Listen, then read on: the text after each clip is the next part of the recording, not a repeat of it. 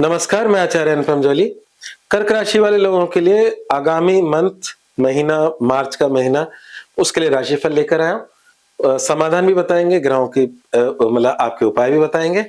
तो सबसे पहले देखते हैं कि कर्क राशि का आगामी जो महीना है, उसमें ग्रहों की क्या स्थिति है।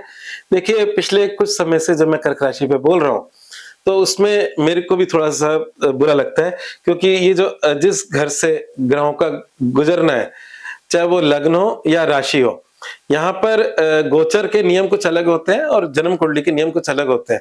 पर एक नियम दोनों में कॉमन है कि 8वें से जब ग्रह गुजरते हैं तो कष्ट देते हैं। तो अगर आप देखो, ये पूरी जो कुंडली है, इसमें जहाँ 11 नंबर लिखा हुआ है, ये 8वां घर है और आपका पंचग्रह योग यहाँ बना हुआ है। तो इस महीने ये पंचग्रह योग धीरे-धीरे टूटेगा और कुछ राहत भी मिलेगी आगे जाकर, और कुछ चीजें सुधरेंगी भी। तो उत्तरोत्तर चीजें सुधरेंगी, पर शुरुआत जो हो रही है वो उन पंचग्रह योग से बन रही है। और जब ग्रह यहाँ होते हैं, तो मेरा ऐसा मानना है कि हमें किसी भी प्रकार के जप तप दान बढ़ा देने चाहिए, क्योंकि इस समय हमारे बहुत अनुकूल नहीं होता। हमारी चीजें थोड़ी-सी नेगेटिव जा रही होती है, हमारी मेहनत डिस्टर्ब जा रही होती है और हमें कुछ प्रतिकूलता मिलती रहती है। तो अच्छी बात ये है कि मासांत तक ये यहाँ पर 3 ही ग्रह रह जाएँगे, बुध, राहु और मंगल। राहु तो यहीं रहने वाले हैं साल भर, तो इसलिए राहु की तो कोई बात नहीं है। उसके बाद मंगल, बुध भी अपने समय के अनुसार बदलेंगे। तो यहाँ पर शुरुआत थोड़ा-सा चिंता के साथ है, क्योंकि 3 तारीख को अपने ग्रहण है और चंद्र ग्रहण है और आपकी राशि का स्वामी भी चंद्रमा है। और चंद्र ग्रहण होने की वजह से भी कुछ पारिवारिक, कुछ आर्थिक स्थितियों को लेकर चिंताएं बन सकती है। और हालांकि ग्रहण का प्रभाव पूरे महीने नहीं रहता।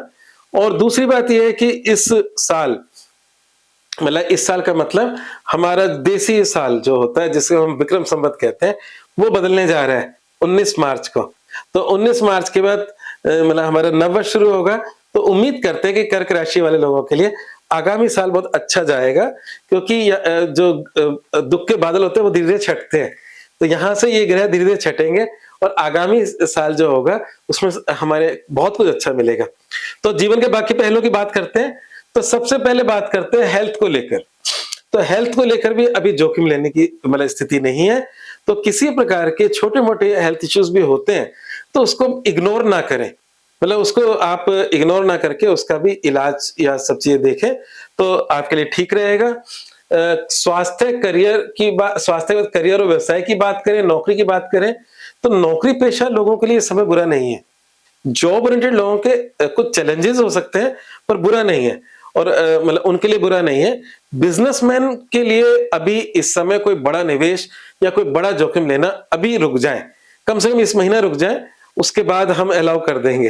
तो अभी कोई बड़ा मतलब जोखिम ना लें, जैसा चल रहा है चलने दीजिए, ठीक है ना। तो नौकरी पेशा लोगों के लिए समय ठीक है।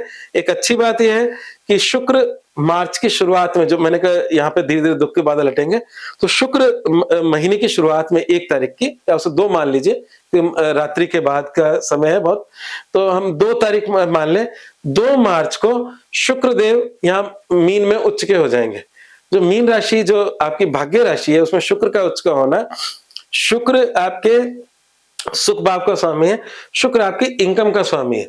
और इनकम का स्वामी होके उच्च का होना, तो जो मतलब पिछले कुछ समय से हानि वाला समय चल रहा था, उसमें बहुत हद तक इस महीने की शुरुआत में लगाम लग जाएगी।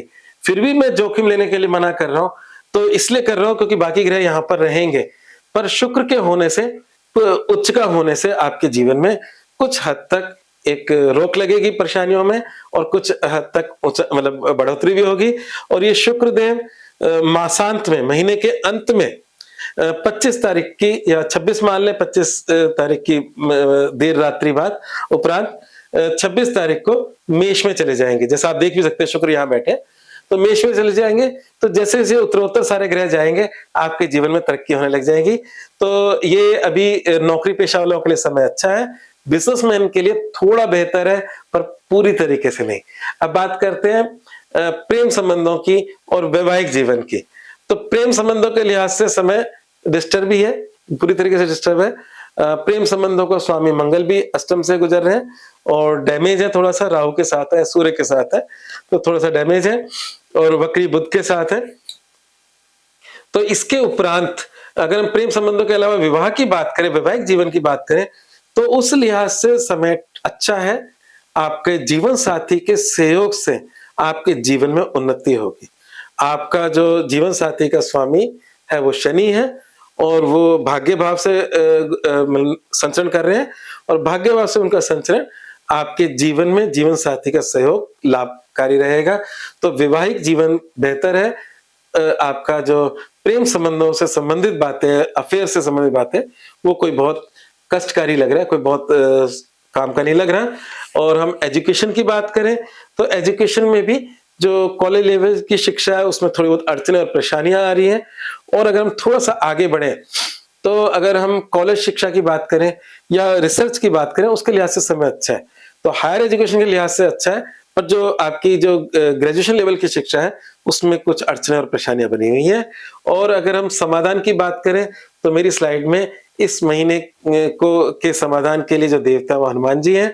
मैं फिर बोलूं कि सबसे पहले आपको अपने परिवार के देवी देवता, जो कुल के देवी देवता होते हैं, उनकी पूजा करनी है। फिर जो आपके इष्ट है, जिनको आपने अपने दिल से माना है, जो आपके लिए सर्वोपरि है, उनकी पूजा करनी है। और फिर हमारे द्वारा बताए देवी देवता को की पूजा करनी है, जिससे आपके जीवन में ग्रहों का कष्ट कम हो जाए।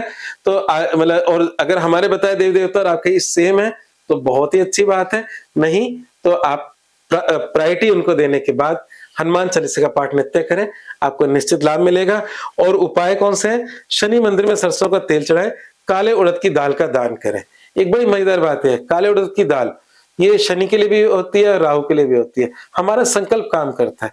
तो जब काले उड़द की दाल का दान करो तो राहु का मन में संकल्प लेके करना कि राहु से उत्पन्न दोष हमारे समाप्त हो। और ये दान आप किसी को भी कर सकते हैं। और शनि मंदिर में सरसों का तेल चढ़ाने से शनि बेहतर होते हैं। और शनि यहाँ लॉस के भी स्वामी है और लॉस के घर से बहुत सारे ग्रह गुजर रहे हैं, उसको एक्टिव भी क्यों है, तो शनि मंदिर में तेल चढ़ाने से लाभ मिलेगा और निश्चित रूप से मिलेगा। ये इस महीने का समाधान भी है।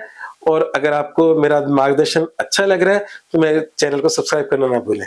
धन्यवाद।